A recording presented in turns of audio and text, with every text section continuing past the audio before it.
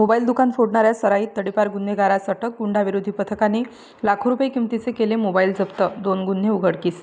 गुंडाविरोधी पथक हे पोलीस आयुक्तालय हद्दीत मालमत्तेविरुद्ध गुन्हे करणाऱ्या आरोपींची माहिती काढत असताना गुंडाविरोधी पथकाचे पोलीस अंमलदार दयानंद सोनवणे व गुरु गांगुर्डे यांना गोपनीय माहिती मिळाली की एक इसम चोरीचे मोबाईल फोन विक्री करण्यासाठी CVS परिसरात येणार आहे.